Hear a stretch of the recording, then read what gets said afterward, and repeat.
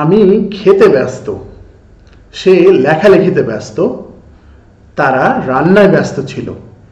একটু ভেবে দেখুন তো এই সেন্টেন্সগুলোকে ইংরেজিতে কিভাবে বলবেন। হ্যালো এভরিওয়ান, সবাইকে স্বাগতম জানাচ্ছি তৌহিদ ইংলিশ একাডেমির নতুন আরেকটি ভিডিওতে, যেখানে আমরা কেউ কোনো কাজে ব্যস্ত বা ব্যস্ত ছিল এই ধরনের কথাগুলো কিভাবে ইংরেজিতে বলবো সেটি শিখব। কেউ কোনো কাজে ব্যস্ত বা ব্যস্ত ছিল এই ধরনের কথাগুলো ইংরেজিতে বলার জন্য আমরা যেই স্ট্রাকচারটি ব্যবহার করতে পারি সেটি হচ্ছে subject plus be verb plus বিজি প্লাস ভার্ব প্লাস আইএনজি।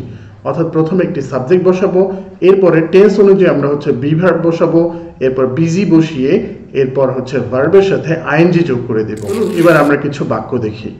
আমি খেতে ব্যস্ত, খুবই simple, I am busy eating.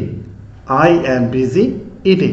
প্রথমে আমরা আই বসিয়েছি, এরপর আই এর সাথে বি ভার্ব হিসেবে অ্যাম বসিয়েছি, এরপর বিজি বসিয়েছি এবং তারপর খাওয়ার ইংরেজি হিসেবে ইটের সাথে আমরা কিন্তু আইএনজি যোগ করেছি। সো বাক্যটি হয়ে গিয়েছে আই অ্যাম বিজি ইটিং।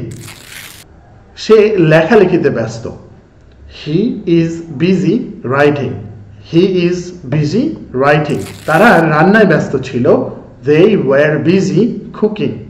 যেহেতু এই সেন্টেন্সটি পাস্ট টেন্সে বলতে হবে, দে এর পরে আমরা কিন্তু ওয়্যার ব্যবহার করেছি। So they were busy cooking. They were busy cooking. আমরা কাজ করতে ব্যস্ত, সো কি হবে তাহলে? We are busy working.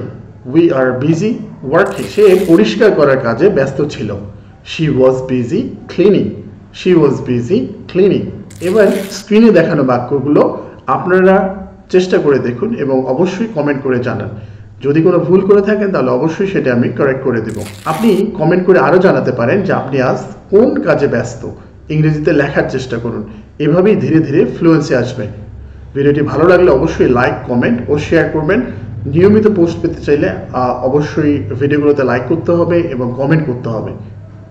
Thank you very much for watching. Welcome to our next video.